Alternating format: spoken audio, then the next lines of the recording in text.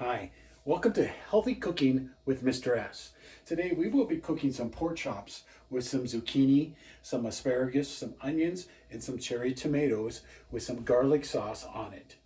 I really hope that you will find that today's dinner will be very healthy and nutritious for you. Once again, please make sure that your parents are present with you while you are cooking and so they can supervise you so that you are safe and you are doing everything properly.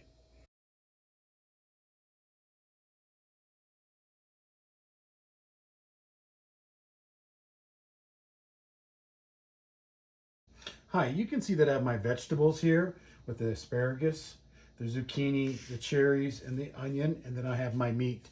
Please to make sure that you go and wash your vegetables clearly and cleanly to make sure that they are suitable. Also, you will see that I will peel my zucchini. It's a personal preference how much skin you want to take off them, kind of like potatoes. After they are washed, we will start cutting. So you can see that I have peeled my zucchini. The first thing I will do with my zucchini is then cut off my ends.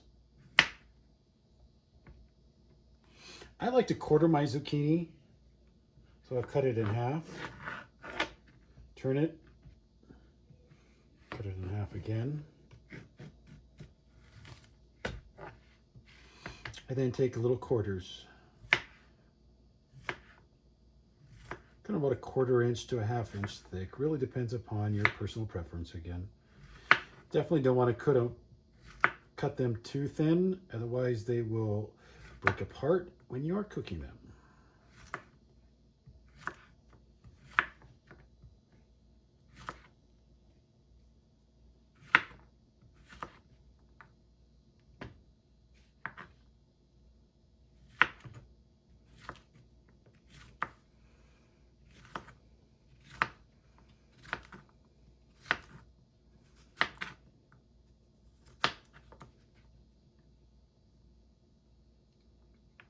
After the zucchini, we then will cut up our onion. I'm now going to cut my onion. One of the things that you can do with your onion that definitely helps with the bleeding that they call it, which is the onion fumes coming off, a lot like peppers, is you can actually put them in the freezer or put them in ice cold water for about 10-15 minutes before you go and cut it. My onions are usually kept in the refrigerator so it stays that way. So when I cut them, they don't let off such a strong odor or get into my eyes. But I will take the onion and I will cut it in half.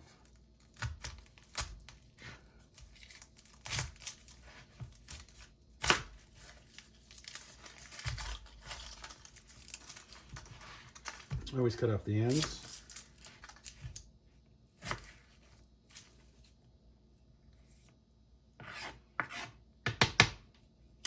Peel it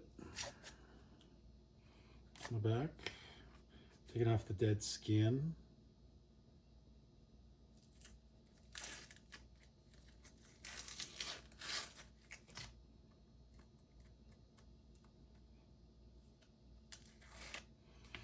And these I will cut in a longer, not diced manner. So I just start at the side, make a little slant when I cut.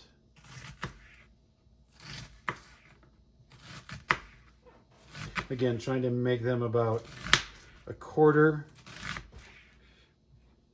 inch thick.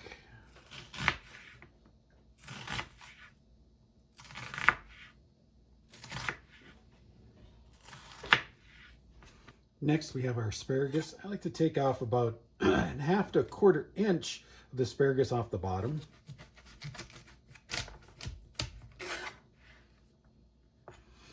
I then like to cut my asparagus at about a 1/2 inch to 1 inch long.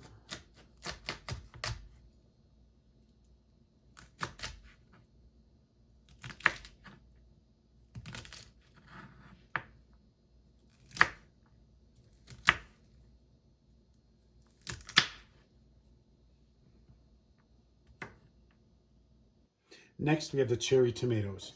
One thing I like with cherry tomatoes is I like to slice them and then cut them in half.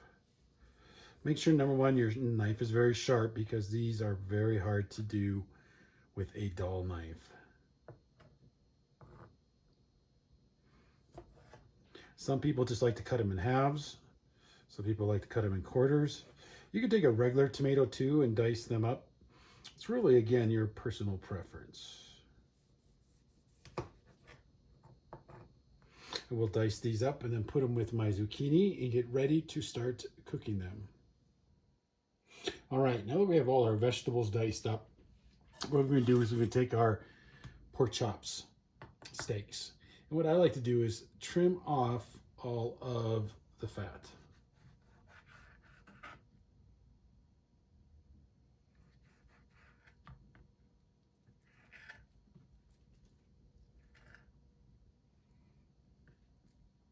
So we have a very lean pork chop steak. I have 6 total small steaks, but what I'm going to do is I'm going to dice up 3 of these and keep the other 3 the normal size when I fry them up, just so you can see some different options here with your pork chops.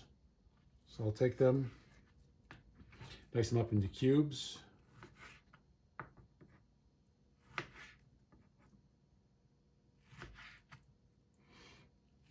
And you can see they're probably a 1/4 to a 1/2 inch cubed pork chops. And I will continue cubing up these 2, and I will fry the other 3 the regular size that they are. All right, now that we have our meat all diced up, what I have done is put my heat on medium to medium high. What I like to do is use olive oil, and so I will put some olive oil on the bottom of the pan. Not too much, but you have to put some, because the one thing about pork, it is very dry, so there's not much fat in it to actually fry or get any moisture coming out of it. So I will put in my 3 full steaks, my 3 diced steaks. I'll then add in 1 teaspoon of garlic. I like to use minced garlic. I have 1 teaspoon of all-season salt.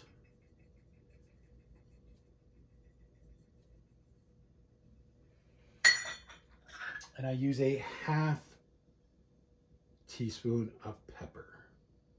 Spread it all over everything. I pre-measured all that stuff out. And what I will do is bring this up to a small simmer so it can start frying.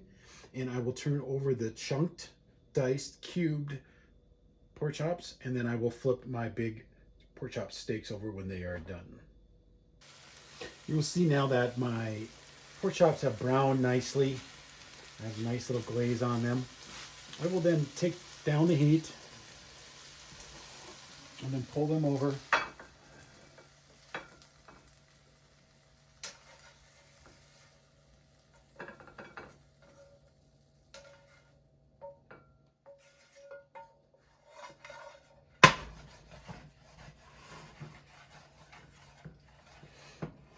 I actually don't want to scrape this out. What I'm going to do now is add in my vegetables.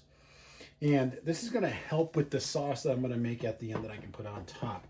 It's got some garlic. It's got some good flavoring in there, some seasoning. So you can scrape that just a little bit on the side, just so it doesn't burn on. But try to keep as much as that in there as you can. And I will be adding in my vegetables. First thing I'm going to add in is my onions and my asparagus.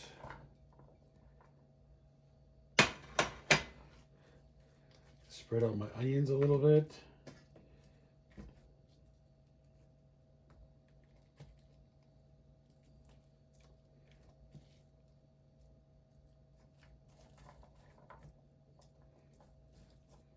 Asparagus and the onions are a little bit more dense. They will cook a lot quicker. Then on top I have my cherries and my zucchini.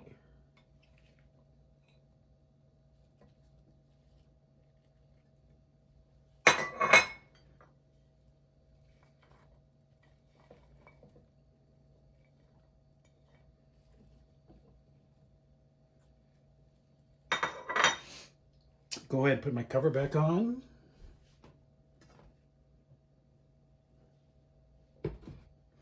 I would turn my heat just at medium and let it start cooking there.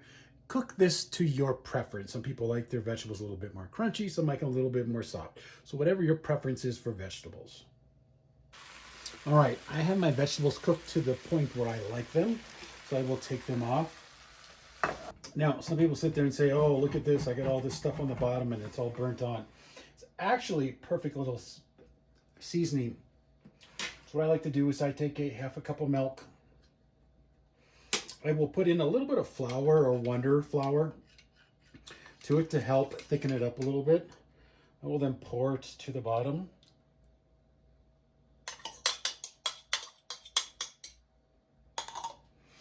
And then we'll start swishing it around and let it get some of that flavoring up into it.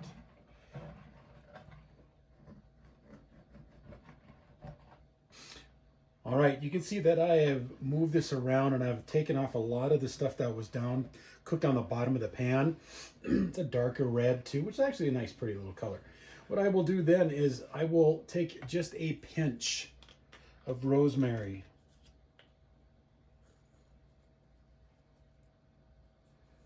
And I will sprinkle that in there. And then we'll let that soften up and soak in there. And I will simmer this at a very low heat for the next 5 to 10 minutes.